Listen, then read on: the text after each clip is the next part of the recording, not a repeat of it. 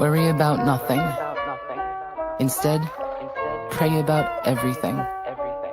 Tell God what you need and thank Him for all He has done. And the peace of God, far beyond what we can understand, will guard our hearts and minds in Christ Jesus. Amen. I'm feeling again. I'm feeling it from the top of my head to my toes. I'm feeling a feeling deep down inside that no one knows. I'm feeling a sigh of relief, now I'm finally over one of my grief. These negative thoughts have drastically ceased, and I'm feeling again. The pain in my heart has suddenly turned into joy. That's something that all the money you have can avoid. It's something that I received, yes, it was surely a gift to me that my Lord and my Savior delivered for free, and I'm feeling again. I thought I was finished, didn't know where I stand. And though it took a minute, I can say with confidence, I'm feeling again. I'm feeling it when I wake up in the morning each day. I'm feeling it when I get down on my knees to pray. It's like I'm a brand new me, God's giving me vision that's 2020, and not just in hindsight but eternity, and I'm feeling again. I'm thankful to know that the storm doesn't last all my life. The rainbow comes after the rain and the peace after strife. It's something you have to believe, it ain't just a promise but a guarantee, so why don't you come take a walk with me, cause I'm feeling again. I no longer have to hold on to what's not even mine. Sometimes things work out, sometimes they don't, and that's fine. What's meant for you will be, and what's not will be taken away from thee. It's not rejection, it's protection, so keep that in mind. Not everything you want is what you need, and not everyone around wants to see you succeed. But don't take it personal, that's just them. Pray for them the best, God bless, and then get back on your grind. Protect your mind and take off at full speed. I'm feeling again. I'm feeling again. I'm feeling again. Feeling again. Feeling again. Feeling again. Ooh.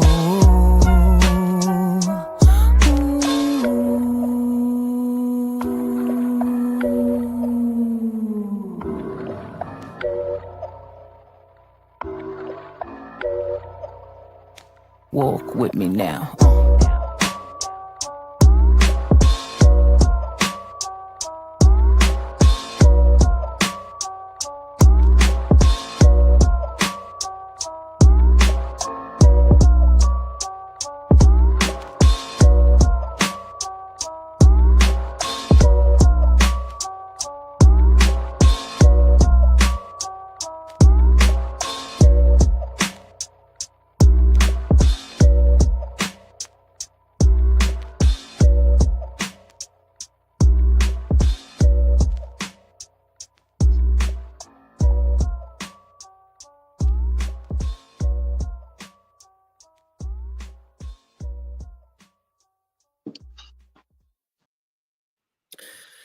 The express train has left the station, and Jen, I was afraid you were going to miss it because you got up, and I'm like, "Where are you going?" Oh, I'm babysitting my friend's dogs, and they saw their neighbor's dog outside, and they started going crazy. So I just answered the door, and I was like, "I'm just in the middle of doing a live show." So, well, Jen, it's good to have you back for episode 4 of our coffee talk, our JC plus Y talk, and of course we're here with Dawn today, and all 3 of us got to hang out together at the TUC retreat.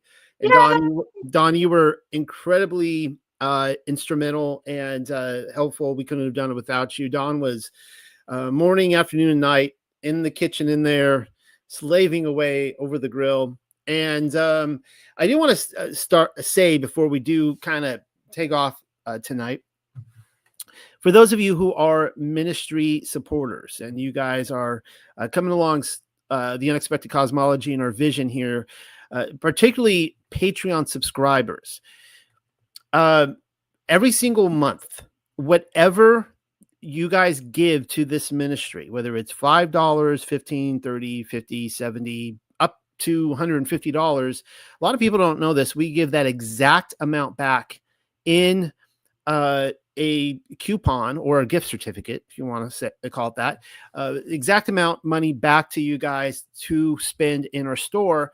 And Dawn here is again an instrumental part of the TUC community and the store itself. We have a lot of his products in there. And so for those of you who are being introduced to Dawn tonight, come check it out in our store, see what we sell. And it has to do with the subject matter tonight. So without further ado, Dawn, welcome. Thank you for being here tonight. Well, it's a pleasure to be here, Noel. Jana, how are you doing? I'm good. How are you, Don? Well, doing good. Don and I got to know each other at the airport because we had to spend like 6 hours before our plane came, and we had a lot of fun. Yeah, it was a great time. Well, I feel like I missed out. I got to pick Dawn up from the airport, but I didn't get to drop you off. So apparently that sounded like a lot of fun. Okay, well, Dawn, you've been on here. I think this is your third time coming on. We had the experience, and you're probably like sick of me saying this, but I've only been thrown into YouTube jail twice in my YouTube career. One of them was for having John Q on, and the other was for having you on. So you're like a bigger bad boy than I am. I mean, I touch a lot of subjects, but nothing was like nails on the chalkboard for the establishment like what you have covered. So without further ado, let's again, that the title is See It While You Can, currently on this YouTube video, and we'll see if it's prophetic. Of course, a clock is right twice in a day, right? So yeah, Don, what got you interested in parasites? Well, I was just seeing how it was just everywhere, and especially people were starting to use ivermectin. It was like right around the lockdown period, and they were saying it helped with the disease going on at the time, if you want to call it that. So I decided to buy some and try it just to see what it would do to me. I mean, I don't know. I didn't know if it made me sick. What did it do? I'm totally healthy. And so I just did it. And I did it for a week, 7 days. And one morning I was standing outside my back door looking at the blue sky. And I just going, well, SOB, my floaters and my eyes are gone. You know, when you get in your 40s and stuff, you start getting these weird looking shadows. To me, since grade school, I thought they were protozoa. You know, at least from the protozoa I was shown in grade school. I go, man, it's like, and you move your eyes and they move away from your clear vision, and it's like they're moving. I go, it's not what they say it is. And it really got me interested. So I ended that one. Wait, Don, when you say you just bought some ivermectin, where did you buy it from? It doesn't have to be prescribed? On Amazon. It was actually horse paste ivermectin. Oh, so you rubbed it on your teeth? No, I swallowed it. You just swallowed, okay. Yeah, you squirted out about 2 pencil erasers thicknesses on your finger, and you stick it on your tongue, and you chug it down with coffee or whatever, Jersey coffee. And then I did that once a day, and I just couldn't believe what it did. And so I go, I'll take a week, and I'm going to do it again. I'm going to do it for a longer period of time. And really from here, like the next 2 years, it was just like I got into, wow. I'll show you some of the books later. It's just like I got into veterinary medicine, med school textbooks, veterinary med school textbooks. One of my favorites, I forget the name of it, it's veterinary parasitology. And it's just, I'm almost embarrassed at how many school books, college books that I have, med school books, and it's almost scary. But yeah, so I'll just go from there. So I decided to do it for maybe 2 weeks and see what happened. And I started that, and about the third day, I noticed that my body was starting to stink. I mean, not like it does when you don't shower for a day or two. I mean, it really bad. And I go in the shower and I'd scrub with soap and a brush and I'd dry off and I go, I still stink, you know? So I did some more research, and it turns out when the parasites die, they release a substance for self-preservation, trying to get away from the substance you just ingested. So what it was doing, my lymphatic system was trying to get it out. You know, most of your lymph nodes are in your groin and your underarms, and they're actually throughout the whole body, but the major ones are like that. Then I also learned something I was curious about. It says usually on your left side that smells the worst. And I go, oh, my life has been like that. There's a dominant side for everybody that just is worse. And it's most people to the left. And so, okay, this is what's happening. I wasn't taking any binders to bind this sulfurous substance. I didn't even leave the house for 3 days. I couldn't even, I can't even go to the store. I smelled so bad. So about the 5th day, it's gone. It came on just as fast, went away just as fast as it came on. And I go, wow, it's doing something. And so I finished the 2 weeks of it. And I can't remember. I don't think I really experienced too much of it. I did lose like 2 pounds by the end of the 2 weeks. And I eat the same thing every day. So nothing changes. So I know I just lost 2 pounds for no reason at all. And then when I did a major cleanse, I lost 6 pounds in 3 weeks. You know, I can't afford to lose a whole lot of weight, you know. No, you can't, Don. So, but anyway, that was the end of the ivermectin stuff. What was the difference between because I took some of that ivermectin as well after the TUC retreat. We went out and got that horse paste, and I tried it for about at least a week. But what was the difference between the first and the second time? I just did it for a longer period. But the first time, how many days did you do it consecutively? Was it just 1 day, or was it? It was seven days, and then the second time I did it, it was 2 weeks. And so it was the second time that you did it that your body started to stink. Yeah. Okay. So I know you're doing something. Well, yeah, no, that makes more sense, because I did it for the first week, and I was expecting my body to stink, and it never stunk. But it was just my first time doing it. So maybe I need to do it again. It wouldn't hurt. All right. I ended up doing, well, I'll probably talk about this later on, but I've had a pain in my knee on and off for 10, 15 years, to the point where I get up in the morning and I would be stiff-legged most of the day. And so it was fine. I had no pain. I decided, let me try the ivermectin. I forget what reason I wanted to do it. Oh, it was for my elbow rash. Let me try this stuff again. And all of a sudden, my knee starts hurting 2 days later. And I talked to Jen Spurl just to kind of get her idea of what's going on, you know, just confirmation. And she goes, oh, you woke the sleeping giant. And it was exactly what I was thinking. So I quadrupled my dose. I had the pill form at the time. The biggest strength is 12 milligrams. So I took 48 milligrams in a 24-hour period.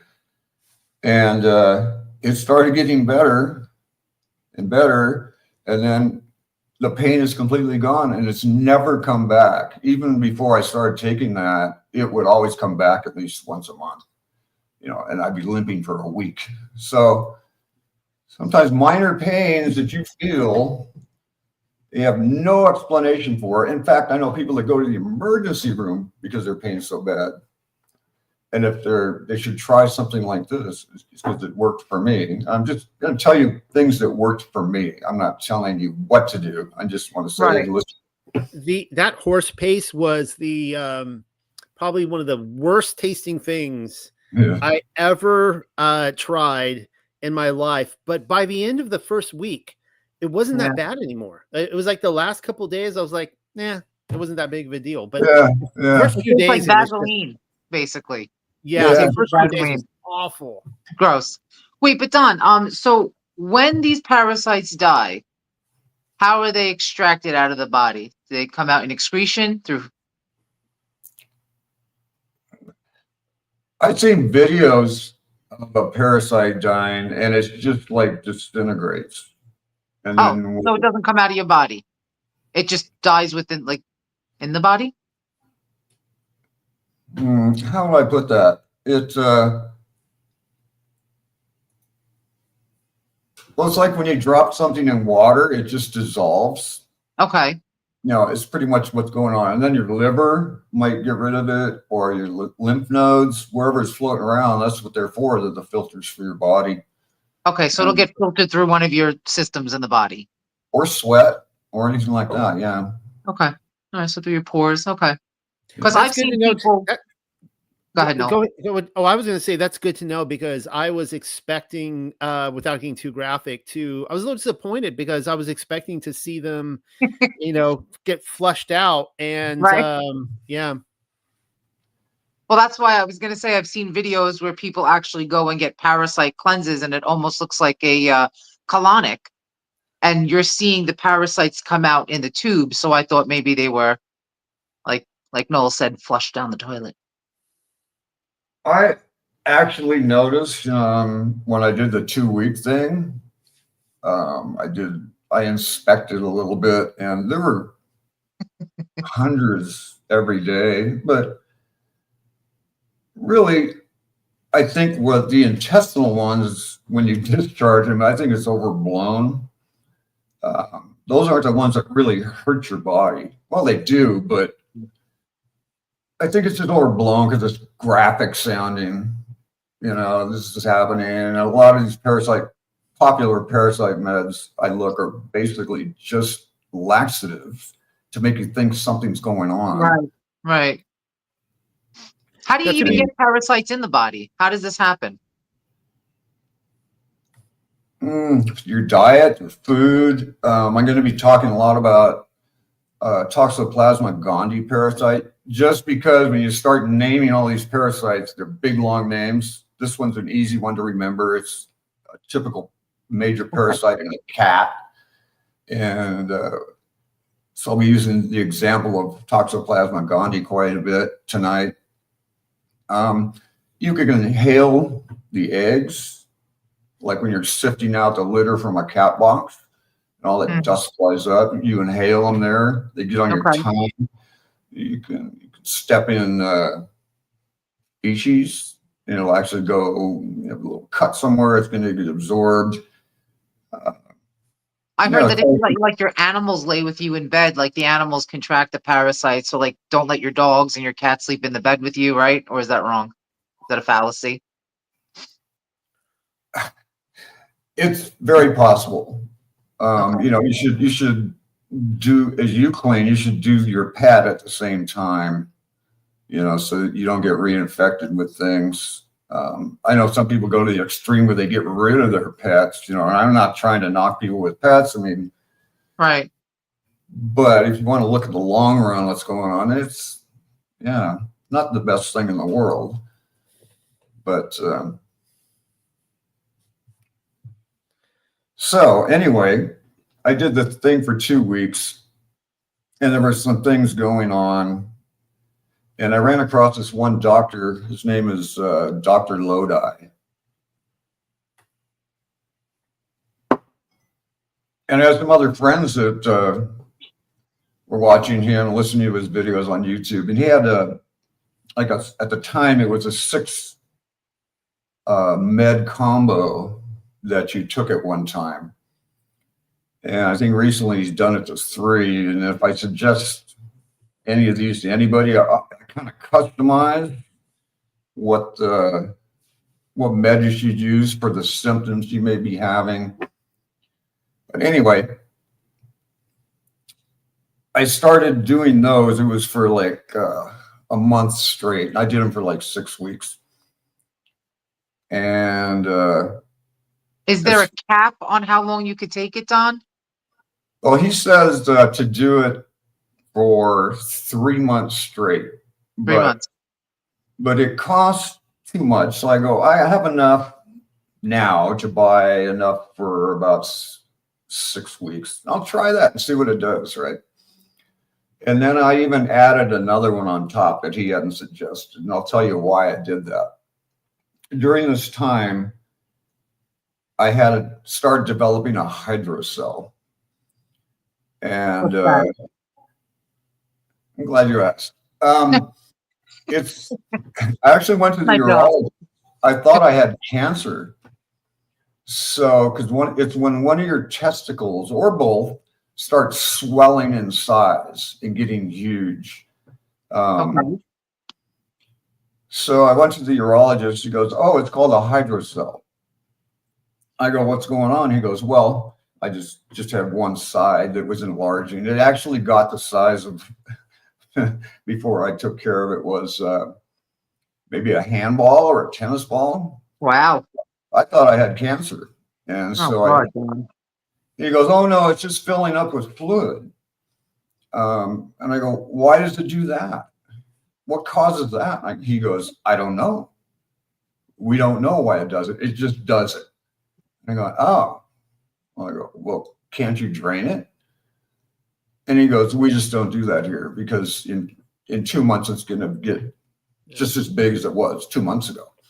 And I go, "Oh, okay." So they wanted to do a hydrocellectomy, which they cut you completely open and lay you all out, supposedly just stitch you back together, and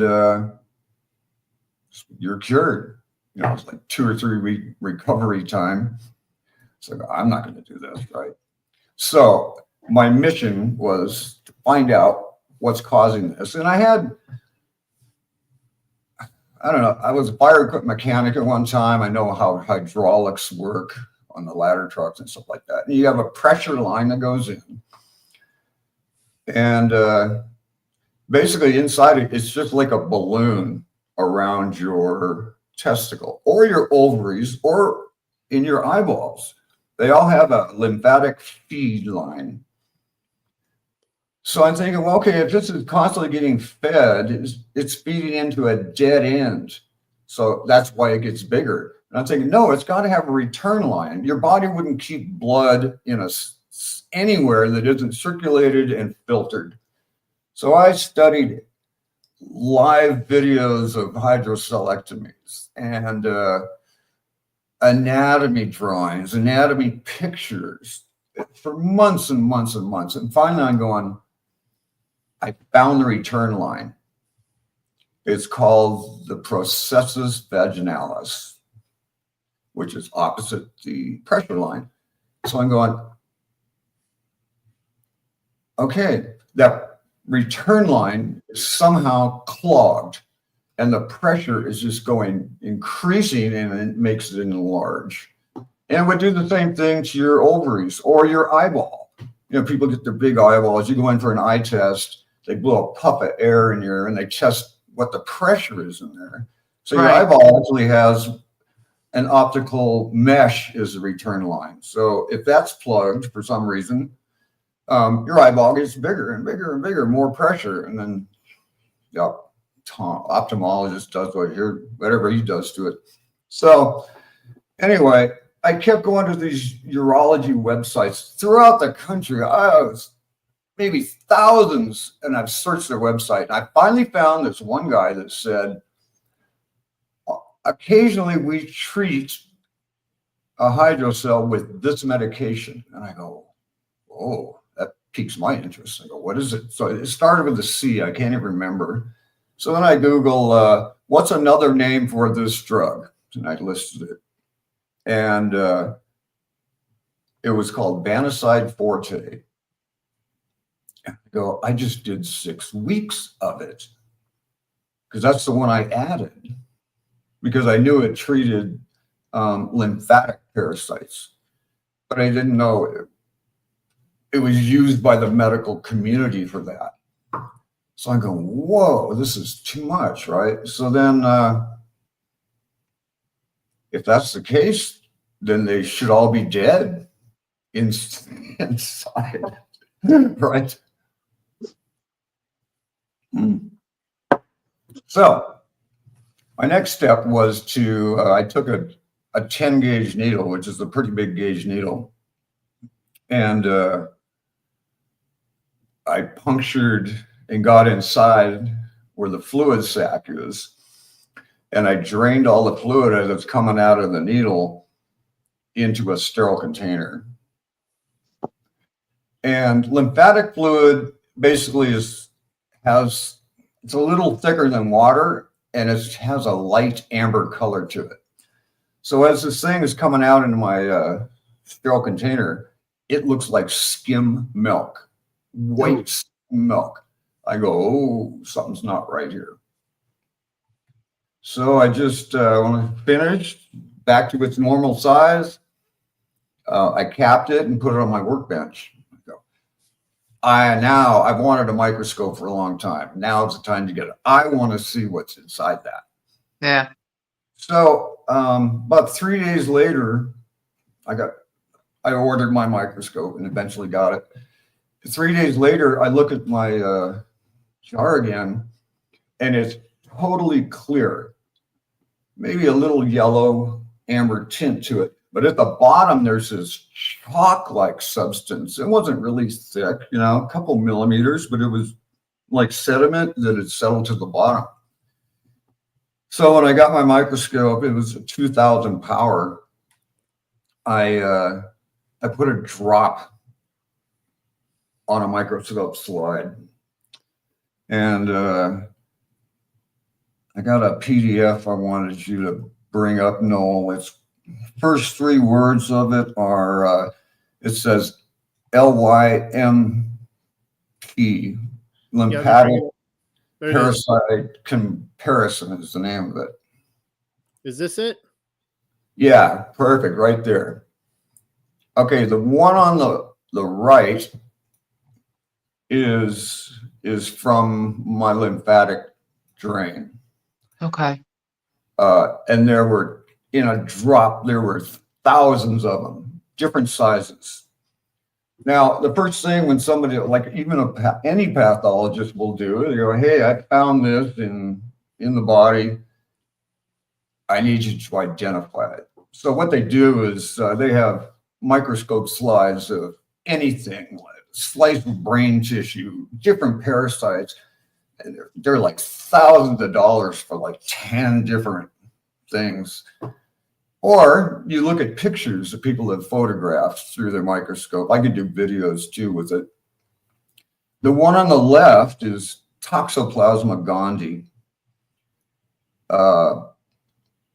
And really, there's 4 classes of parasites: trematodes, nematodes, cestodes, and protozoa. And Toxoplasma gondii is a protozoa, or some people say amoeba.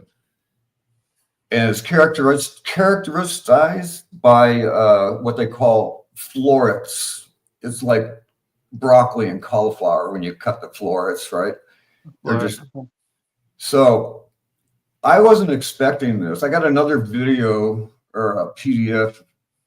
No, if you want to bring it up, it's called Brugia Tamori, if you want to. This one?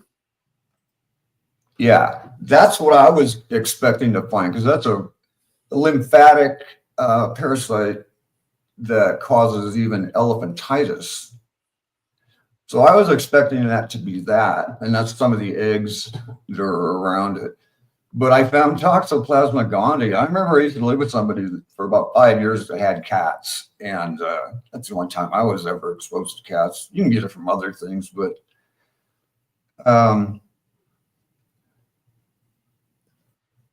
that is the only, all the other 3 classifications of parasites look similar to this. So to find a protozoa, there's no doubt that, in my mind anyway, it's Toxoplasma gondii.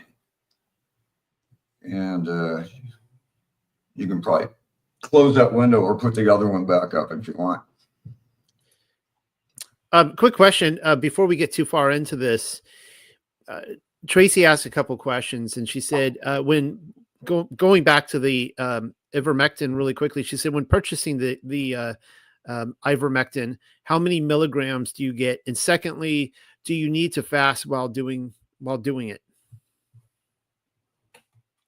I couldn't tell you exact ones. I know that. Oh, I have it laying around.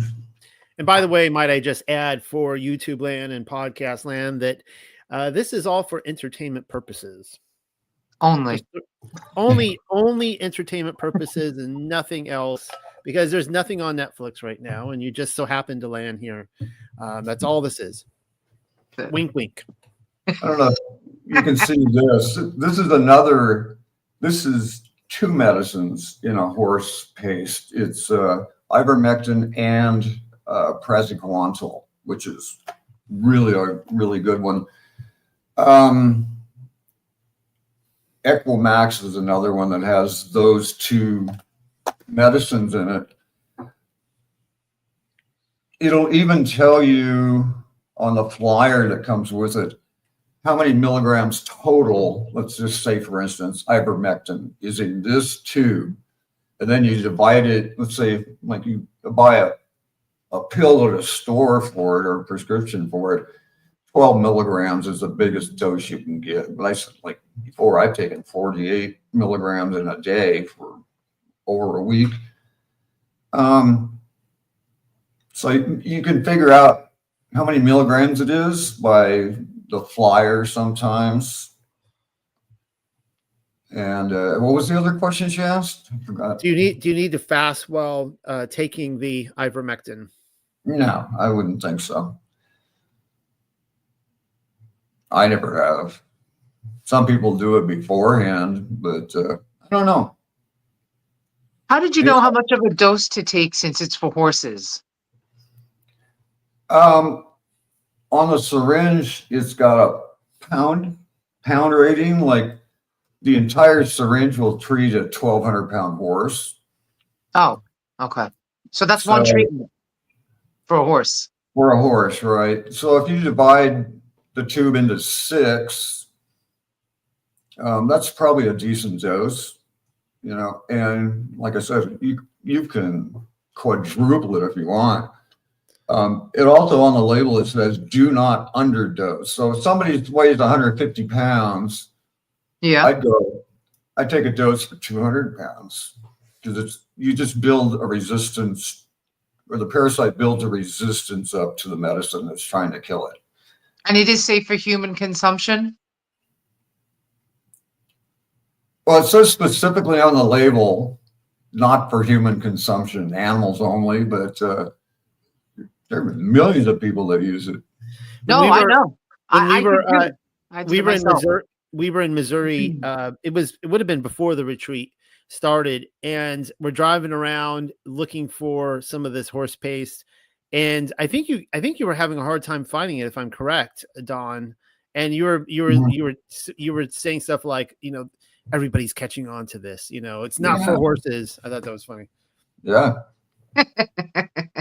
The shelves are empty everywhere. You can get it at Tractor Supply. It's like gone. They're always out of stock. Because so many horses need it. Wink, wink. Yes, yes. So let's see, where did I leave off? Oh yeah. So anyway, I'm back to normal. So now I've got the microscope. I've always wanted for a long time. So I started to I found a place where I could order some parasitic roundworms. Actually the class of the parasite is called trematid. And I wanted to test the worms with different compounds. and see how they reacted, you know. And there's a big difference between an organism that's in vivo or in vitro, which means it's in a petri dish compared to a living organism. They're going to act differently. But what it did show me was what they liked and what they didn't. There was one video I put 1 grain of sugar with the worms all around it, and it was gone in 30 seconds. 30 freaking seconds. They loved it. You always hear people say, oh, black seed oil works for parasites and stuff like that. Well, it might be good for hair and skin, but they loved the black seed oil. They was happy as all get out in it, you know. Wait, time out. I take that every blessed morning. Should I stop taking the black seed oil? Well, I don't know. Did it change? Were you looking to feel a certain way? Were you looking for it to cure something? The only thing I've really heard is it's good for hair and skin. And maybe that's why I'm looking 10 years younger. All right, I'm going to continue using it. Yeah, but they love that. I use liquid ivermectin on the microscope slide, kiwi juice, pineapple juice. I did methylene blue for Polly Hart because he's was really into that. And I got a video of methylene blue if you can play it. Yeah, I think. Well, I have 2. Is this the first one? The one says introduction. Yeah, that's the one. Play that one. And I don't think there's any. I don't think there's any volume to this one. No, there's no sound. Well, that's what they look like on my microscope slide. And then that's what? This is from where? This is what you extracted? Okay, that's the methylene. Yeah, methylene blue coming in. Polly said it should have had some classical music coming in, you know, like yeah, right. And so then play some Wagner. I like it. Yeah. So that's okay. That's pretty crazy. So that's just coming in, and it's like, are we seeing like a? Well, I know what we're seeing here, but like, is this like opening up unclogging it or something, or? No, it's just the worms are on a microscope slide, what they call a slip cover on the top. It's a little small, really thin piece of glass. Okay. And then you put a drop, in this case, I put methylene blue, a drop on the side of the slip cover, and it gets sucked underneath from just a vacuum-like thing. Did you do one with the black seed oil? Yeah. You have one here to show us? No. Oh, I think that's the one I never took a video on, though. Oh. But if you want to show the other one, Noel, this is what happened. I think it was like 5 or 10 minutes later. Okay, this one here, the 16-second one? Yeah. You can see the cells inside moving around, but they're basically dead, you know. Yeah, I don't see much happening in this one. It almost looks like a picture. So it didn't like that. So if that stuff's in your system, it might be attacking something like this. But I did like, I don't know, maybe 24 tests of different things, and they love sugar. Ones that really surprised me were like kiwi juice, fresh squeezed kiwi juice. And you can even see these microscopic pins all over the place. And they were just almost like sticking the worm with these pins, and very effective in killing them. The kiwi juice? Kiwi juice, of all things, yeah. Okay. Let me bring up. Did you hear about, Don, that papaya seeds are said to get rid of parasites? I haven't but not tested chewed. You have to swallow them whole. This is what I've discovered. I've heard those are pretty much the same thing. Here's a list of what I did or used. Apricot seeds. Yes, I heard that too. I pressed those and soaked them in water and then did that. Celery juice, colloidal silver, killed them pretty darn quick. Diatomaceous earth was extremely effective, but I don't know if you want to do diatomaceous earth because that really dehydrates the heck out of you. Wait, Don, you sell a colloidal silver, don't you? Yeah. Okay. Is that the same type that would, for entertainment purposes, only kill parasites?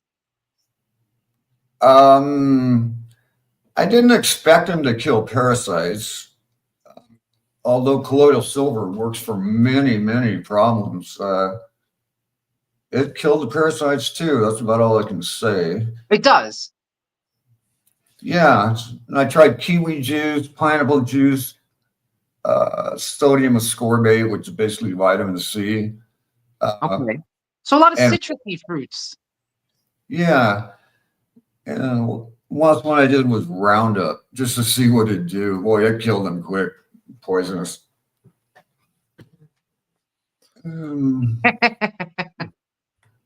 So what else? Talk to us about the blood-brain barrier and what role fungus plays. Okay. The blood-brain barrier is basically a group of tightly packed cells, and as your arteries go into your brain, they have to cross whatever entering your brain has to cross this barrier. And it's quite effective of keeping parasites out, chemicals out, drugs out, certain drugs. In fact, when your child is nursing, your brain barrier is open to quite a bit because it's really funny. I find these little nuggets as I'm investigating everything. And one of the things is, as your baby is suckling you, the saliva is getting absorbed by the glands that are on your areola. And what it does, your body is telling the mother what the baby's lacking and to produce what it's lacking to go into your milk. I mean, it's just fascinating, you know. I mean, oh wow. Yeah. So, and like, even if you're nursing somebody else's baby, it's going to tell that that baby is deficient in something, and the mother is going to give it what it needs, you know, within, you know, time, little time.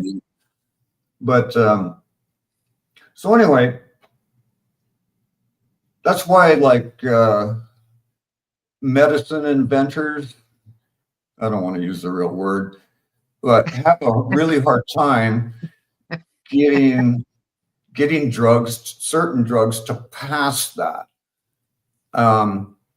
There's a drug called albendazole, which is an antiparasitic that does not cross the blood-brain barrier. Then they discovered medbendazole, which does cross. So it's from the same family of drugs, but it goes through the brain barrier, which is way superior to albendazole. So why not use that instead, you know, when you do your cleanse? Because there's some other videos and stuff that I found. What's the one you can maybe show? I have that long video if you want me to play that. I have three videos. That's the one that's going to be about the dental parasites, which will be probably toward the end of this. Angora, how many parasites are there? I can't keep up. Well, I got 3 videos, Don. So we went through 2 of them. Okay. We'll hold off on that one for a bit. What was I looking for? Give me a second.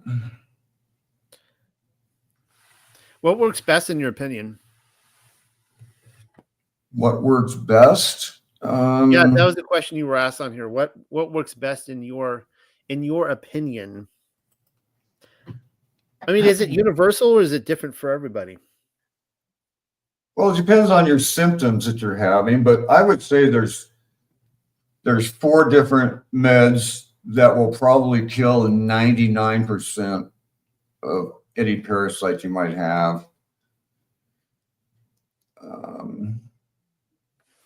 I can't find it at the moment. Parasites.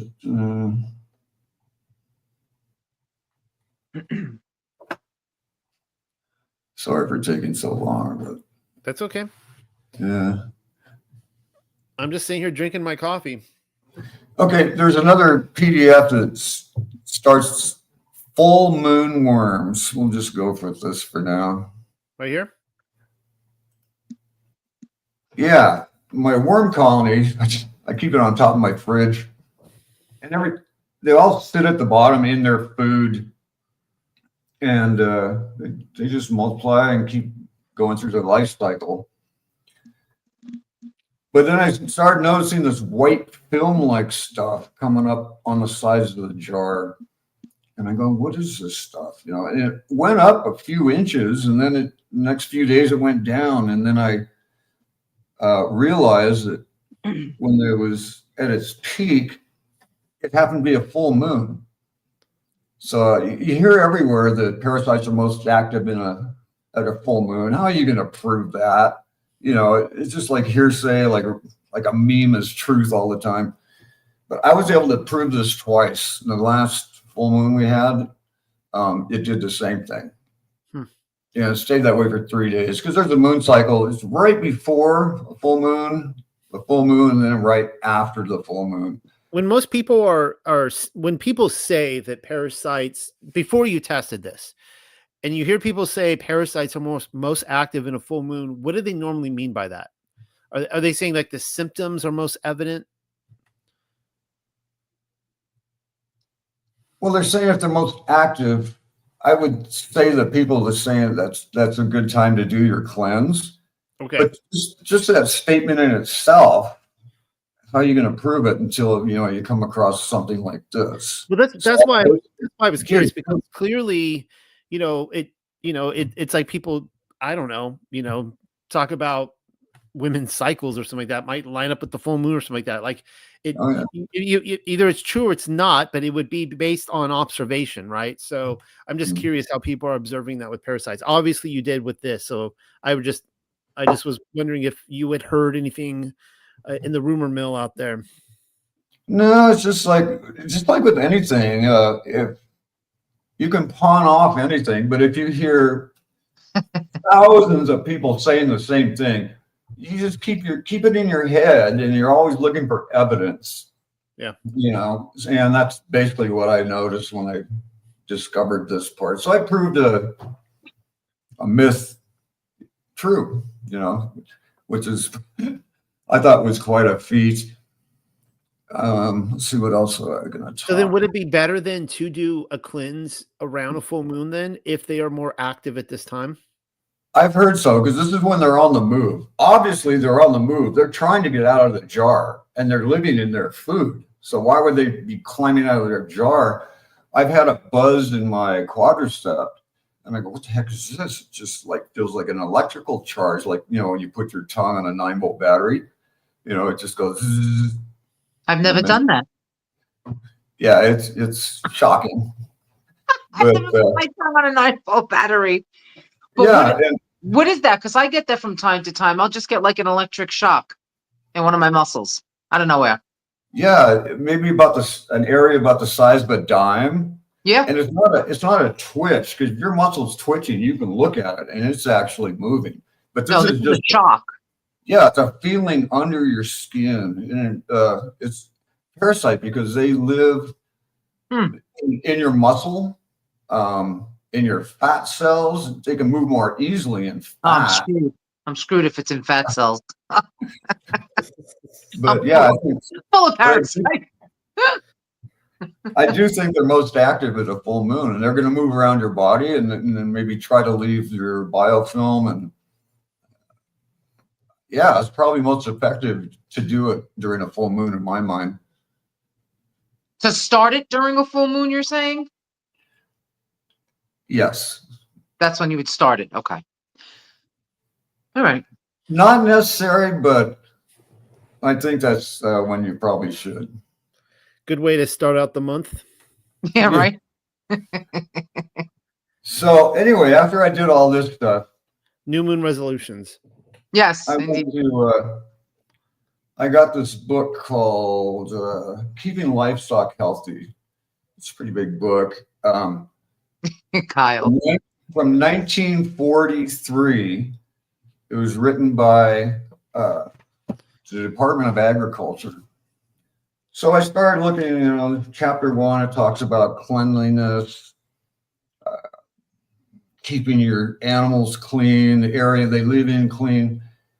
And then on every page of the book, it talked about sicknesses from parasites.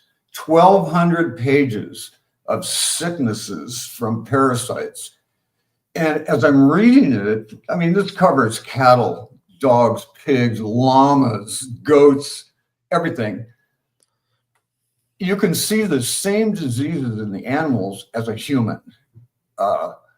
Lung disease, liver disease from liver flukes, blood flukes, COPD, you name it. And I just go, it makes sense.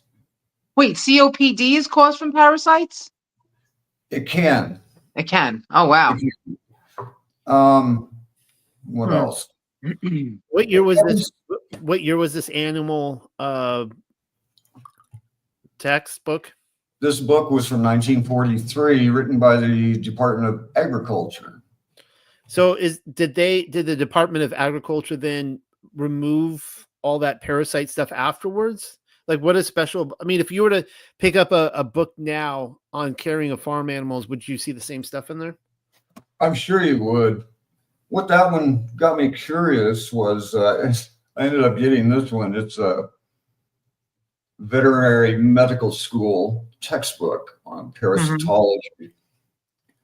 And it basically says the same thing in it. But in the 40s, they didn't have any parasitic drugs. They might give them copper sulfate or something like that, which isn't good for you anyway, but they're just trying to do something if you got one that's infected. Is this how you picked up on the zoonotics? Yeah, that's another study from the veterinary field. Typically, like, let's do Toxoplasma gondii as another cycle.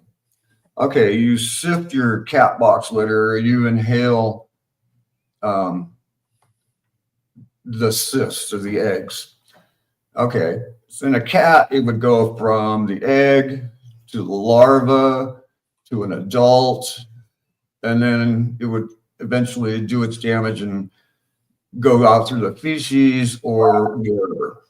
But if you take that, the study of zoonotics is the study of a parasite in a different host. So you got Toxoplasma gondii parasite. You inhale one from your cat litter. It starts its life cycle. It turns into a larva and stays there because it's not living inside a cat to complete its life cycle. So it's actually, zoonotics is a complete biological study that nobody hears about, but it's very popular with veterinary people, books, practice. It's funny because my next book was this one, a complete med school, night and day from veterinary stuff. This book actually cost you $1,000 if you were buy it in a college.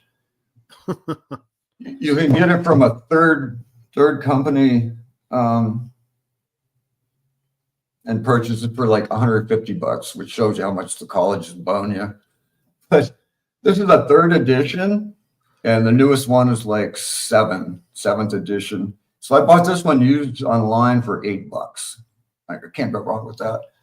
But it's like it starts getting into viruses and things because this is a med school book, not a veterinary book. And in any of the veterinary books I have, they never mention the word virus because viruses aren't real. I mean, it's just dead matter. How can a piece of dead matter do anything to you? But it's blamed for many things. Right. But in this textbook of diagnostic microbiology, it lists viruses all the time. So you can see the difference in the mindsets, even with a veterinary and an MD. There's a couple things. Let's see what other. I never thought of that before. I mean, I know about viruses, you know, how they are dead. And I ask people all the time, they just stare at me blankly, the derm people, and I'm like, can a dead thing reproduce? And they just look at me, and it's like a trick answer. They're like, they want to say no, but they know where I'm going with it. I'm like, can a dead thing reproduce? and they will never answer that. But I never thought of it before with veterinary sciences, that it's more parasite focused than virus focused. Yeah, virus isn't even mentioned in That's that. the thing. Yeah. You have a PDF called that says test kits. Not sure I do. Okay. Nothing that starts with a T. How about antibody? Yeah, I got that. Okay, show that one.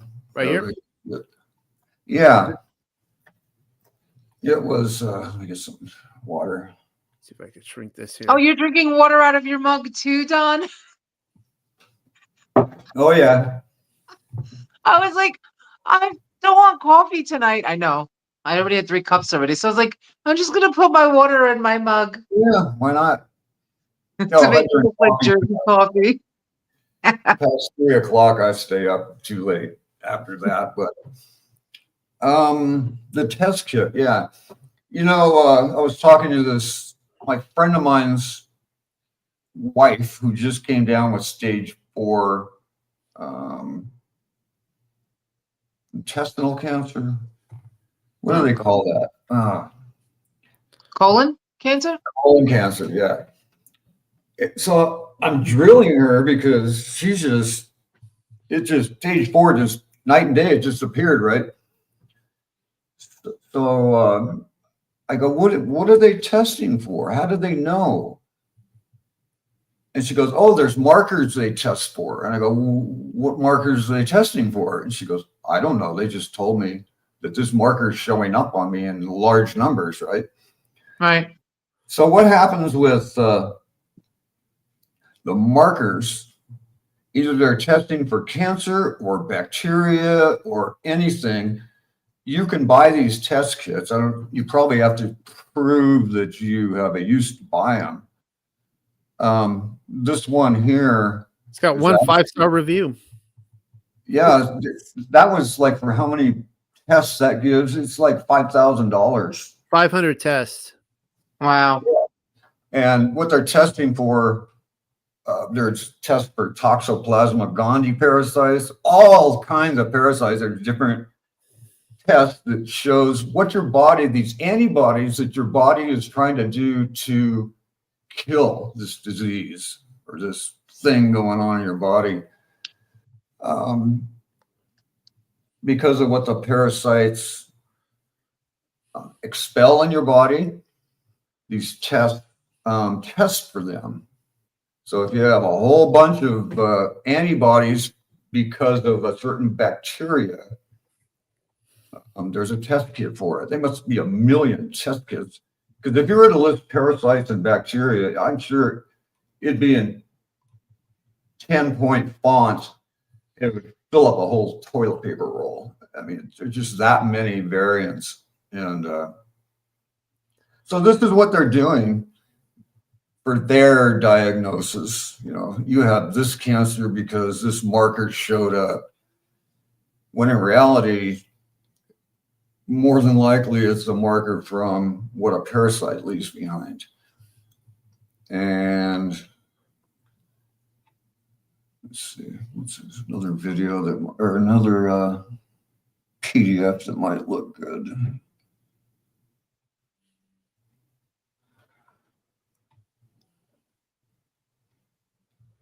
Do you have another PDF that says parasites in CSF?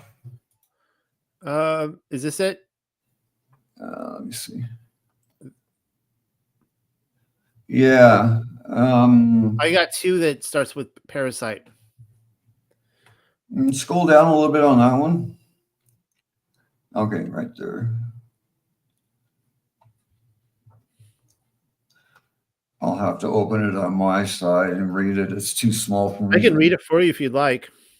Yeah, just the infection is acquired from water containing free living larvae, or I don't know how to pronounce this, cercare, that have developed in snails. These non-human schistosomes do not mature in humans.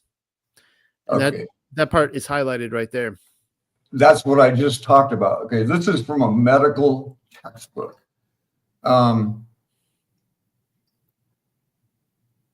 The Toxoplasma gondii, only if it's in a human, only stays in the larva stage. You just stated that right there. Read that one more time, Noel. These non-human schistosomes do not mature in humans. Such infections may be prevalent among bathers in lakes in many parts of the world, including the Great Lakes region of North America and certain coastal beaches. So it's just telling you right there, that's a study in zoonotics. It doesn't mature. It stays in the larval stage. There's one more thing that will kind of bring that back up.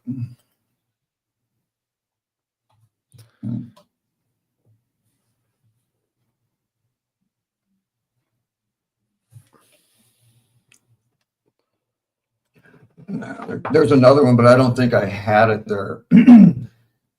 But it's just really interesting. When they draw your cerebral spinal fluid out of your back, you know, they stick a needle in your vertebrae, but it's below where your spinal cord ends, so there's no chance of paralyzing you from the stick. They'll take that, and this is really interesting. They'll take horseshoe crab blood, which is bright blue, and an unclean animal to begin with. And if you have certain bacteria in your spinal fluid, it will cause it to coagulate. Let me read the version I have for you. I know you can't. No, you can't read it.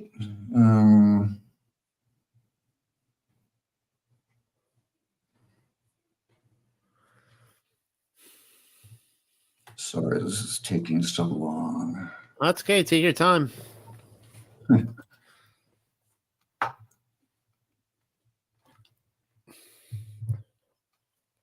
Well, here's another one. Is immunosuppressed patients, particularly those with leukemia and lymphoma, and those undergoing chemotherapy, and this is referring to Toxoplasma gondii in this section of the book, may suffer from serious primary infections or reactivation of a latent infection that may manifest as a fulminating encephalitis, resulting in rapid death. So if you have a certain parasite, and even if it's kind of quieted down in your system for a while, if they give you chemotherapy, it'll bring this to life and possibly cause rapid death. I mean, I had an oncology nurse tell me she's never seen anybody die from whatever they have, breast cancer, colon cancer, prostate cancer. She personally had never seen anybody die. She's seen patients die because of what doctors treated them with. And boy, that doesn't tell you volumes too. Actually, I recently read on ScienceDirect.com. It's an excellent place for clinical studies. I found some that even said that Stanford University Oncology Department is petitioning Big Pharma to rebrand antiparasitic meds for treating cancer. So what's that tell you is they know what's causing it. and Yeah. maybe they just want to treat certain people with it. But it's just like, it's just telling you, they know. It's just My mother's sad. going for her first chemo treatment tomorrow for her lymphoma. It's going to be an 8-hour chemo treatment. And she called me and she said, I'm very scared. She said, because in the chemo treatment, information booklet that they gave her on it, it says can cause death. And, I mean, she's like, I've never been afraid before. And my mother's got like 9 different things against her, but she's a woman of faith, and our Father has really brought her very far, even with Praise all her God. sicknesses. Praise Yah, yeah. But she's afraid because she said right there on the pamphlet, it says, you can die from this chemo. And I just read you a verse right out of the book. I wish I could have let Noel upload it so you could see it for yourself where it's at. Right. But yeah, that's a scary thing. It is. It's very scary. And she's got lymphoma. Like you just said, lymphoma, breast cancer, and then the chemo reactivates the parasites. Yeah, I know. It's it just gets worse. The name of this video is Lilith and the Trilogy of terror that lives in our bodies. So even if Lilith's offsprings were parasites, and I believe they are, many other people do believe that, what they're finding now, and even in some of my latest book that I bought, they talk about when a parasite enters a biofilm, it then invites bacteria and fungus. As they live together, the fungus enables certain things, and the parasite eats the bacteria too. So it's in this little ball of like slime, and it makes a little round ball. Then later, when it moves to whatever area of the body, they create colonies.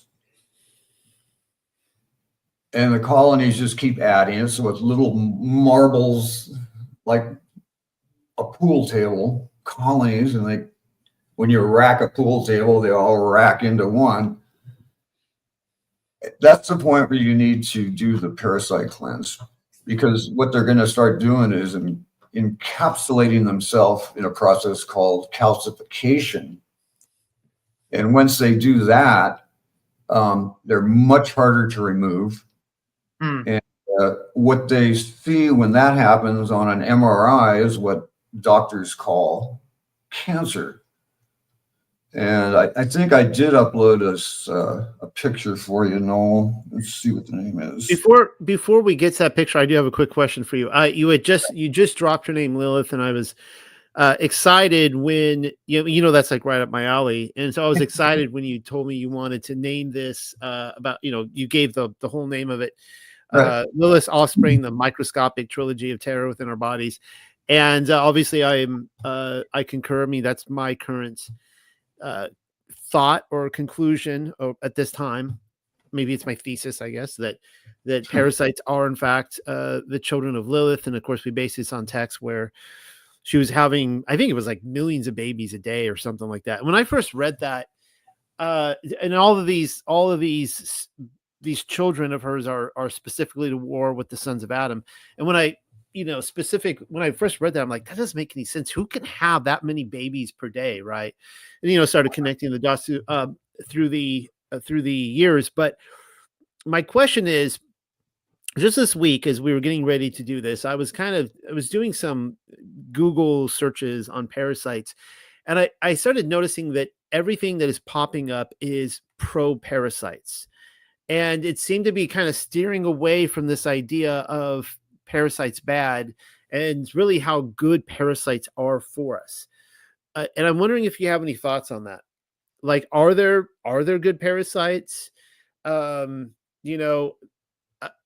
was like one article where it's like, if we if we kill all the, the less parasites we have, the worse off we'll be, things like that. Do you have any thoughts? Boy, I would flat out no, that's a false statement. I don't see how any parasite would be beneficial to you. I even did some research on people that have been saying that parasites eat heavy metals.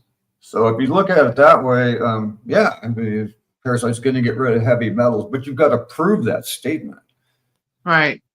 And I've read clinical studies that have tested somebody,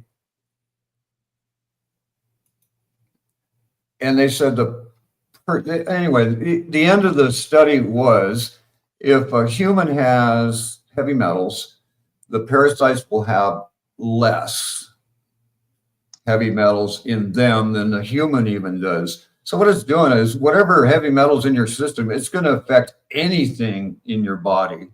They're not actually eating it. If you have salty water and you drop something in the salty water, it's going to absorb the salt, simplifying my last statement. But yeah, I don't see how I haven't been looking into parasites all that long. Of course, this is like your, life work, Don. And I mean, I remember the other conspiracies in the past.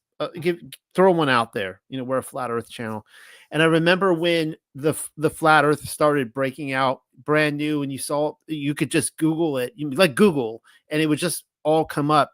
And then all of a sudden, within like a year or two, it all became propaganda, and flat Earth bad, globe Earth good, that kind of stuff. And so I'm just wondering if this uptick of all this pro parasite stuff I'm seeing out there isn't a response to more and more people waking up to parasites being the cause of so many of these diseases. More than likely, yeah. I don't see how any one of them could be beneficial for animal or man. Yeah, I'll have to. I mean, this has my curiosity now. I'm gonna have to dig up a couple of these articles and kind of just spin them your way, and just maybe you could look at them and go, okay, this is where they're pulling the wool over your eyes right here. Okay, so what did you want me to pull up? Let's see. Let me look at my list.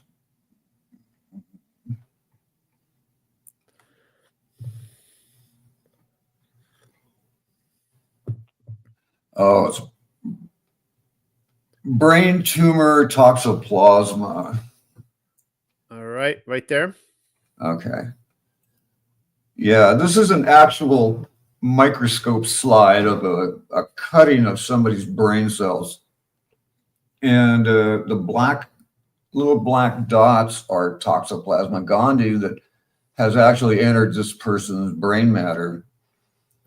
And the little white rings around it, that's the calcification that is done to protect itself from everything.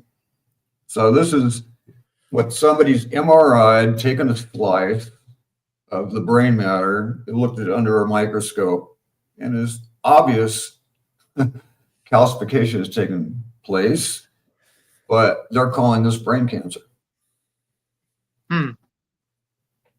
So there's quite a difference on how you interpret things. Definitely.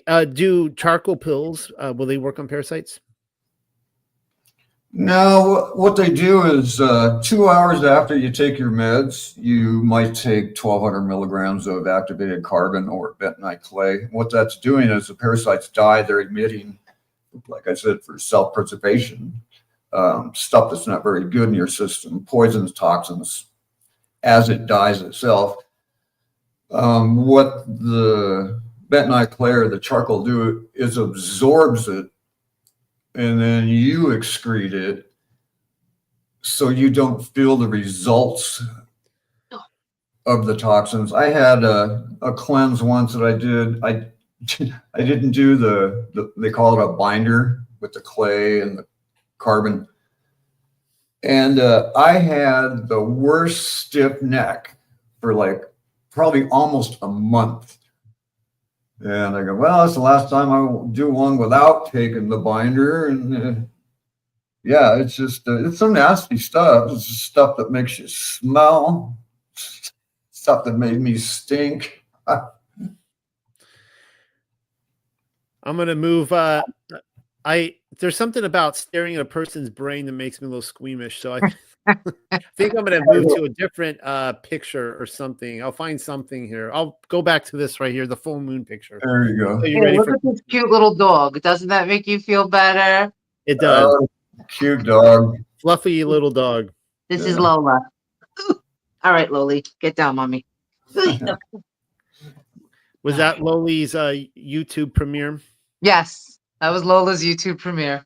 Oh, Lola, not Loli, Lola. Well, you know me. I made up like 75 nicknames for her. Oh, okay. All Yeah. right. Hey, Loli, Noel, you know. can you bring up elbow rash? Elbow rash. Yes. Okay. That's a rash I had on my elbow for 8 years. I mean, I had no idea what it was. I went to Kaiser and they told me, does it itch? And I go, no, don't itch. He goes, oh, there's nothing we can do for it. They go, but we have a name for it. And check this out. It was a Latin name for ring around the elbow. It was a big, long Latin name. And I go, so what if you name it? What is it? Right. They didn't treat it. They won't treat it because it didn't itch like psoriasis or eczema. So I had that for 8 years. So this is a little side journey on my battle. I've probably tried every substance anybody could name on that thing, either orally, topically, you name it. Nothing changed it. Till I finally found the picture on the internet that looked like that. And they had named it a polymorphic sunlight eruption. And my mom used to tell me, oh, she's allergic to the sun. She would break out in a rash. So my sister said, I never experienced that. I really don't believe in something genetic getting carried on with the child. If anything, genetics may hold the gun, but diet pulls the trigger. Absolutely. So I ran across that polymorphic sunlight eruption thing, and they treated it with hydroxychloroquine, if you guys know what that is. It's basically an anti-malaria, anti-parasitic.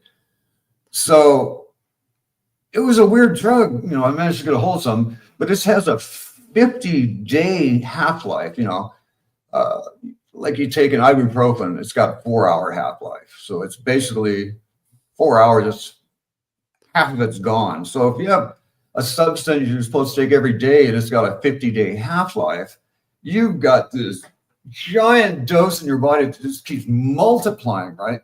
So I was really careful. I took it for, I think it was 7 days. And if you want to scroll down to the picture below that one, that's what it looked like. It was almost gone. Wow. But I'm out in the sun every day, and it comes back, not as bad as the first picture, but it comes back a little bit. And then the days, if I'm out of the sun for a week for some reason, it looks better. But for whatever it was, an anti-parasitic cured that. I think any skin rash of any type is parasitic in some form. I don't think it's genetics. I don't think it's anything. It's just, but yeah, I was so pleased to find that. Wait, so you're saying even like eczema and psoriasis and rosacea and all those things could be Definitely parasitic. I thought this might have been the 1% that wasn't parasitic caused, but when I finally used hydroxychloroquine and it made it like this, parasitic. I can easily say that. Prove me wrong. Any rash on your skin is not parasitic. wow. Either directly from them or what they emit that changes your skin. And Now, just Tanya out there watching the video, just so you know, we did cover ivermectin in the first hour or so. So I think she just came in. what is the 6-pill protocol that you were talking about before? It's just 6 different meds that Dr. Lodi has said would cure 98% or 99% of all parasites. He's finally got it down to 3, with praziquantel being one of them, which happens to be in a product like this, along with ivermectin. Now what was I going to say after that? What was the last thing you said, Noel? I'm sorry. It was. Oh, I was saying to Tanya out there that we covered ivermectin. She was asking about ivermectin. I think she just came in. So. Oh, it was you, Jenna. It was about The 3 meds. Well, I said 6 meds because that's what you said, but now you said it's down to 3. yeah, Plus an activated charcoal. yeah, and of course our serapeptase before first thing you wake up in the morning. What that is a substance from a silkworm that it emits that helps dissolve the cocoon so it can escape. Because biofilm is what the parasites surround themselves in. So you want to be able to break that up so the medicine gets in quicker. But Dr. Lodi, here's the interesting thing. Regardless of what drugs or medicines you take on him, his protocol was for 3 weeks straight. And at that point, you stop and you take fluconazole, which is an antifungal, for a week. And I'm going, what? How could this possibly do anything? I go, okay, if you stop for a week, your liver enzymes go back to normal. I can personally prove that. They even go up with ivermectin. So if your enzymes are elevated, you get a blood test. 1 week later, they're back to normal. I know several people that have proven that. But what it does inside the biofilm, and this is part of the title of this study or talk, is when you have the biofilm with bacteria, fungus, and the parasite in it, it makes this trio that actually morphs into some other thing that's really not converted,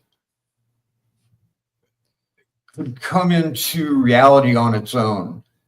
And that combination of bacteria, parasite, and fungus is actually being used for bioterrorism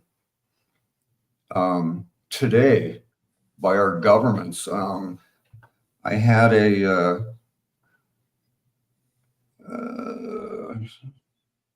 PDF with a video or a image of it, but anyway, so what You didn't send it over? Excuse me? You didn't send it over? No, I didn't. Okay. So what Dr. Lodi was doing was, okay, killing the parasite, but you still got the fungus that's living inside the biofilm. So by taking the fluconazole, which is an antifungal, kills that. So it's destroying the whole environment inside the biofilm. So I go, bam, when I found that out, after I got these other books that I've gotten, it clearly showed that's what was happening. So I go, now I know. Now I know why he's saying take the antifungal for 2 reasons. To bring for a week, to bring your liver enzymes back to normal, and to kill the fungus that's within them. And I think I touched base on the blood-brain barrier. I don't know if I finished it or not. Correct me if I didn't. But when fungus gets into your blood, you can get it from peanuts or anything like that as fungus. It hits your blood-brain barrier. What it does, it makes these little tentacles come out. And I said that the blood-brain barrier is tightly packed cells. It'll jump the bridge that's known as the blood-brain barrier and let anything go through it. Just like, here's a pass. Just take this bridge and you can get to the other side. And that's, fungus is some nasty stuff in your body, along with, like yeast and candida. And I was just blown away by the things I learned. Sometimes I just go on. Everyone needs to cleanse at least once in their life, really, to put a stop before it's just going to keep growing, getting worse the older you get, and accumulating and then causing all kinds of problems, Now, I mean, aside from obviously everybody needs to do it once in their life, I mean, what would you recommend? Just the people out there, how often should they, assuming they've already, done a cleanse, how often should they do it? I would say a good Clean up the system. A good pharmaceutical one, you should do it once a year to keep it up. That's pretty standard in third world countries. They'll do parasite cleanse at least once a year, if not more. Wow. But they say only the parasites are in third world countries. That's not true. They're just buried in the United States. They don't talk about it. They don't want to talk about it. So we are a third world country, you come to the East Coast, all of a sudden the parasites just stop, or the Pacific Ocean, they just stop right there, but we'll go south, we'll go north. The CDC says the same thing about malaria as well. Yeah. I always find that funny. The mosquitoes are, the malaria mosquitoes are afraid to come over here to America. Right. Oh boy. What was that? Oh, here's another myth that I was trying to figure out, and I came across it a few times. It's about, even in the books that I've read, it's about ferrets and how for some reason parasites don't act the same way in a ferret that they do anywhere than any other animal or human on earth. Because I was researching something and I just glossed over it and I go, oh, okay, I got to keep looking for that. Parasites are special, but I can't find the original article, But I looked back when I was in school and they said, well, during the Dark Ages, everybody wore like 4 layered garments and you rarely took the first layer off your skin and you never showered because you just didn't have any water to do that. So the people would start wearing ferrets physically, especially the women, on their bodies or in their pocket. So all these fleas and ticks would go to the ferret rather than the person, right? And I think I can't see that going on. I mean, nobody would do that, And what do you do with a ferret? Get so many fleas, you got to get a new one. What's going on here? Something's weird. And they said, oh yeah, and this is where the idea of wearing like a mink stole came from, because you still wanted the prestige of having the fur on you. So, like. Quick question: When were they saying that the ferrets they would do this? What year were they doing this? Yeah. I mean, like a century or something. Was there a time that you read where they were claiming? It's like the 1600s. Okay. Yeah. I'm curious about that. Just really quickly, and were they saying that that's what people are they saying that now that people were doing it 500 years ago, or was there actual writings back then that you know of? And if you don't, that's fine. I'm just out of curiosity of people saying that they did it to stop the fleas. We were taught that in like middle school. Okay. All right. Which I was anyway. Okay, but that's just curiosity, because we are still told this to this day about the Black Plague, that it was the fleas, right? That the fleas came over and on the rats, and that the fleas then jumped on people. And there's actually not a stitch, a shred of evidence that the Black Plague had anything to do with fleas coming over in rats. That's why I had actually never heard that before about the ferrets. That was the first I've ever heard that. So apparently I wasn't taught that in school. So that had my interest. You were absent during that day. I my senior year, I did at least 50 days of my senior year alone. So, I was, I skipped a lot of school. Yeah, me too. I was sitting under the pier on the beach, writing poetry. That was just. That's why I'm a massage therapist and, not a lawyer or doctor. Well, my life as a poet didn't exactly work out either. So that was my whole game plan. I was going to be a worldwide famous poet. I don't know what kind of worldwide fame. Anyway, I'm sorry, Don. Let's get back on topic. Oh, that's no problem. I thought I want to touch on. We'll kind of leave behind what we had, and we'll go into that periodontal disease is actually parasitic, and why the things the dentist tells you to do don't work, why it never gets cured. So you can queue up that video, Noel, that third video, but I want to explain what he's actually talking about. It's this French dentist, and this guy's only got like 500 views on any of his videos. His name is Mark Bonner. But he's going to show you what he calls an amoeba, which is a protozoa, which is a class of parasite. He's going to talk about the neutrophils, which are one of the 4 types of white blood cells in your body. They're basically the cleanup crew. And he's going to show you what he calls spirochetes. On the far right side of the screen, there's like these dancing, crazy looking things. That's bacteria in its movement. Okay, so it's going to, the video, whenever you're ready, it's going to take over the whole screen. So we're not going to hear any of our microphones. So when you want me to end it, because it is an 8-minute video, I know you only want me to watch about half of it. Just like give me a signal behind the scenes, and I'll cut it. How would I give you a signal behind the scenes?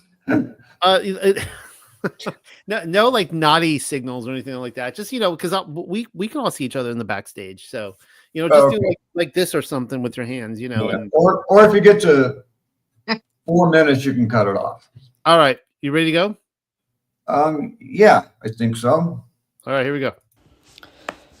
Thank you to this doctor from Paris to send us this wonderful video film of a periodontal disease patient. So here we are on a microscope, high quality microscope on a 1000 magnification. Already we see 1, 2, 3, 4, 5 amoeba within the same image. So there are plenty of those during periodontal disease. On the right side, we also see a lot of spirochetes going real fast. But see how the amoeba go like big bubbles, sending those little pseudopods on each side. Most of the time, one pseudopod is going one way and the other pseudopod is phagocytizing the nucleus of the white cell. Apparently here, those are neutrophils. So see how there's a lot of amoebian activity. We clearly see the vacuoles within the amoeba. They are slowly moving. So this is actual movement speed. There's no, it's normal speed. Sometimes they can go a little faster, but actually they're just in a state of feeding. On the top side, you see the neutrophil in between those two amoeba that has lost the granules and you see the last part of the nucleus of this neutrophil going inside the lower right amoeba. So the feeding process of this nucleus, of this neutrophil nucleus, is almost completed. So there's only left this last part of the nucleus from this neutrophil ghost cell. We call them ghost cell because just before the amoeba gets the nucleus, they seem to stop the activity of the granules inside the nucleus. And on top of it, you see another part of another nucleus, another neutrophil going on top of them. So here again, many amoeba having this slow motion. And on this... Good, Don? Oh, yeah. That's good. Yeah, I like that one comment. I was trying to find the comment. Someone was like, they're saying that they were so disgusted, but they couldn't look away. Yeah, ask your dentist next time. It was like, I'm so repulsed right now, but I can't stop watching this. Ask your dentist next time you see him. When's the last time you used a microscope in your practice here? He'd probably say, never use it. But what he was talking about was about the nucleus of the neutrophil. You stain your white blood cells blue, and you can see them better because some have 2 nucleus, some have 3. And what the protozoa was eating the nucleus out of your white blood cells, killing it basically. So that's why gingivitis keeps bleeding, even though your dentist says, you're not cleaning good enough, damn it. Do something different. Do it more, but it ain't going to help. If you want to watch his videos, he does have this one where he uses 1% hydrogen peroxide and has patients with like up to 5 millimeter gum pockets. That's getting pretty severe, that have actually closed up by just using hydrogen peroxide 3 times a day. But your dentist won't tell you that either. That's what I do now, Don. I use your tooth powder, and I also use hydrogen peroxide. I was surprised when you said that. We were having a conversation at the airport. Your guy going, and I didn't go. Who told you to do that? That was probably the best thing you could have done. Yeah, listen, I probably have learned more stuff from reels on Instagram than I have from a doctor, but that's how I came across doing the hydrogen peroxide. But I had periodontal disease. I had like gum disease, and they had to do I think my brother just had it done also. They had to do a scaling where they did a deep clean, and then they inserted these little tabs within my gums, and they said that was going to help heal them. But this was years ago. This was like 7 years ago, and my gums were bleeding all the time. Yeah, there you go. Because it wasn't treating the thing. I also read that recently there is an insurance protocol that has to be met before a dentist does a deep scaling, and even that in itself can be twisted around. Most of the time, when say, "Oh, we need to scrape underneath your gum line, and get all that gunk out of there," or whatever they call it, it does really nothing to help your gum health. I remember the first time I had it, like 20, 30 years ago. A few weeks later, I go, my gums were receding a little just from that procedure, Right. Yeah. And I'm going, what is this proving? It's basically Mark Bonner says, never get it done.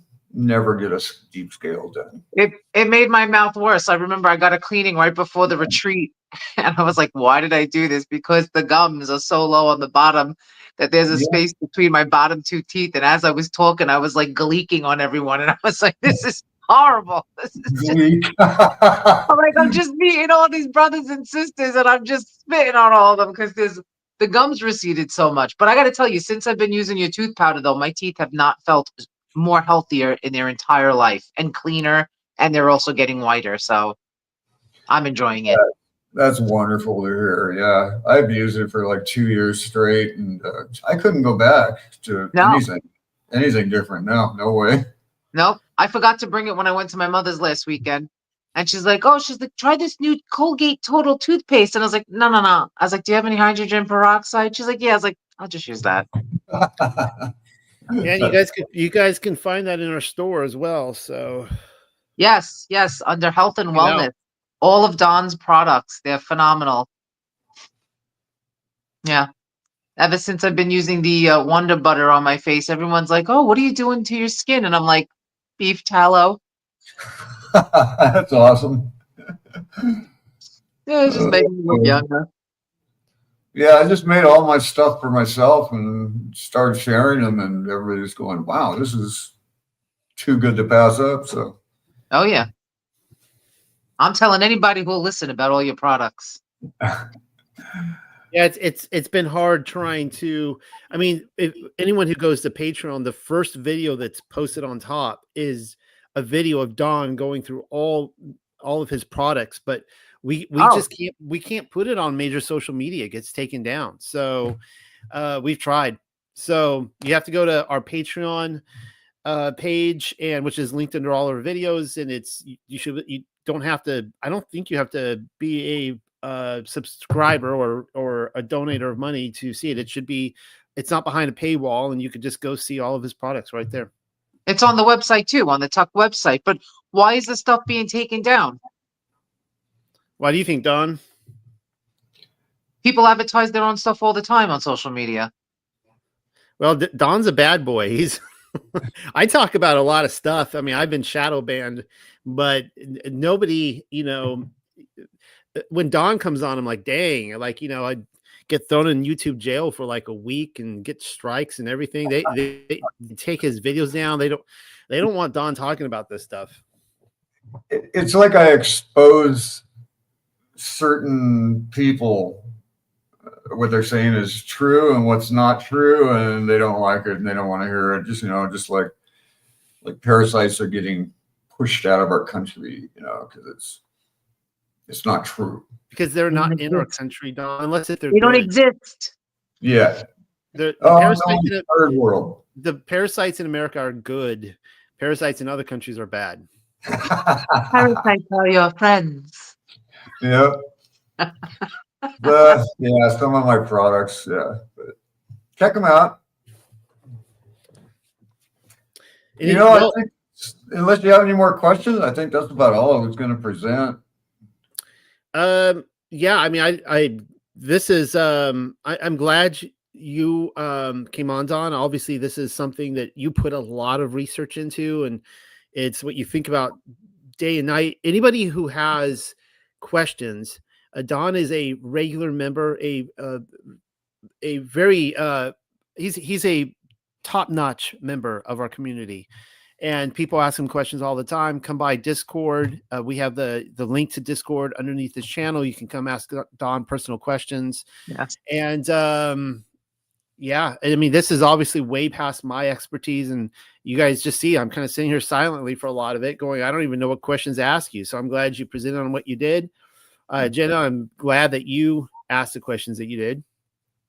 Jenna, did you have anything else you wanted to ask Dom before we close up shop for the night? Yeah, so the medicines that you said, for what is the doctor's name again? Dr. Leon? Lodi. Okay, that was close. You said that they're pharmaceutical grade medicines. Where can you get them? You can order them on, if not a prescription. You can go to alldaychemist.com. Alldaychemist.com. Okay. And anytime it asks you for a doctor's name, phone number, or copy of a prescription, just leave it blank. It'll go through. You can use your credit card, or you can use your bank routing number and account number. Pay for it the same way. But it takes about 2.5 weeks to come to your door. And could you give the viewers the names of those medicines again?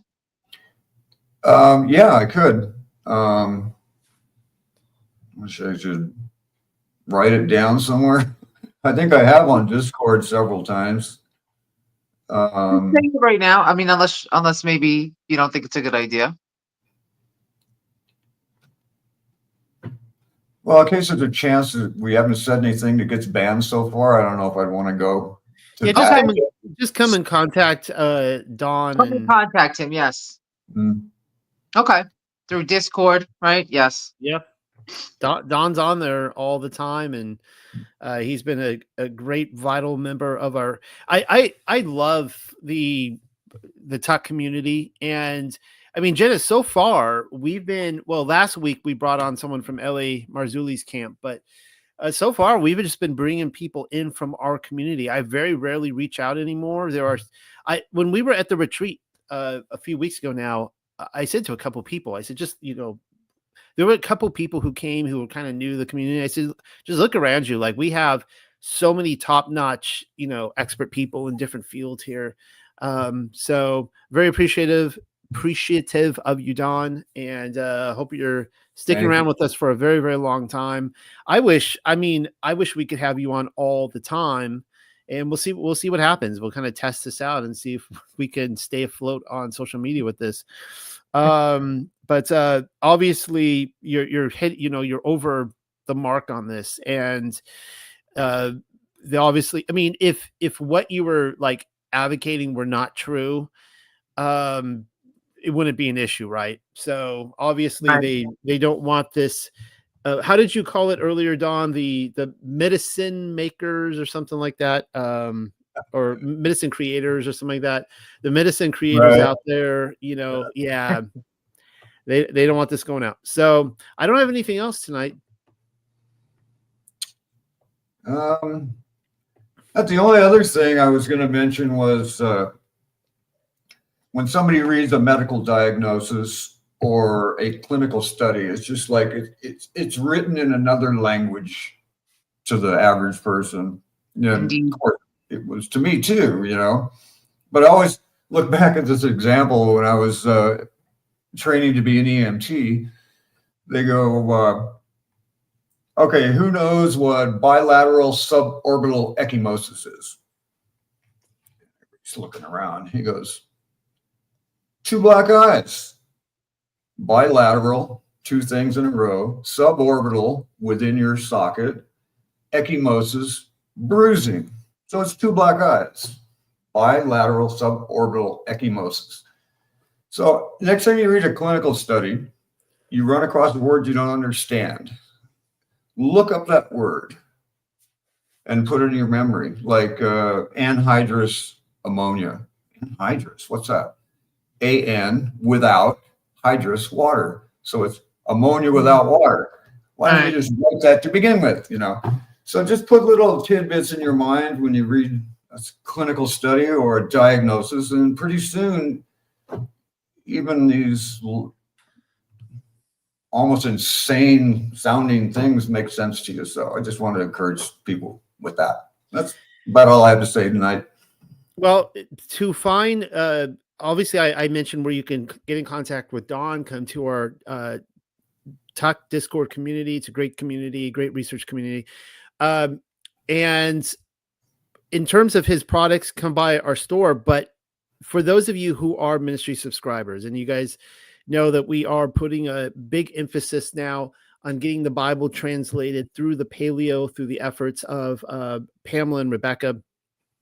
And of course, my research and what I put out there, and we do a lot of stuff on the website and all different places. For those of you who just give $5 a month on the Patreon, just $5 a month. Of course, if everybody did that, we'd be good to go. But every single dollar, whether it's 5, 15, 30, whatever you put in, we give you that exact same amount back. Every single month, you get a coupon or a gift certificate, whatever you want to call it, for the exact same amounts in our store. You can go get Don's products. Just go get his products with the money that you guys give to support this ministry. And so Don benefits from it. We benefit from it. Everybody wins, and you guys win as well. So with that, everybody, good night. We'll do this again very soon. Thank you for coming on, Jenna. Thank you for coming on, Don. And thanks, Don. My see you pleasure. guys there. Good night. Good night, guys. Hey, Polyhard here. was calling my dad this morning, wishing him a Happy New Year, and he said, "Hey, Happy New Year back, son." And he was listening to Alexander Scornaby read the book of Ezekiel on audiobook, and I was like, that's awesome. I love listening to good translations, but the thing is, with a lot of times when I go to research biblical translations, I want to look up a passage, I want to see what the original Hebrew says, and I want to see what the real meaning is behind it, and I can't find a lot of good translations out there. I go to BibleHub.com, BibleHub.com, BibleHub.com, and I go there and I'll look at each word and find out what the best solution is to this verse. If I want to try to look at something in the context of something else. Really interesting stuff.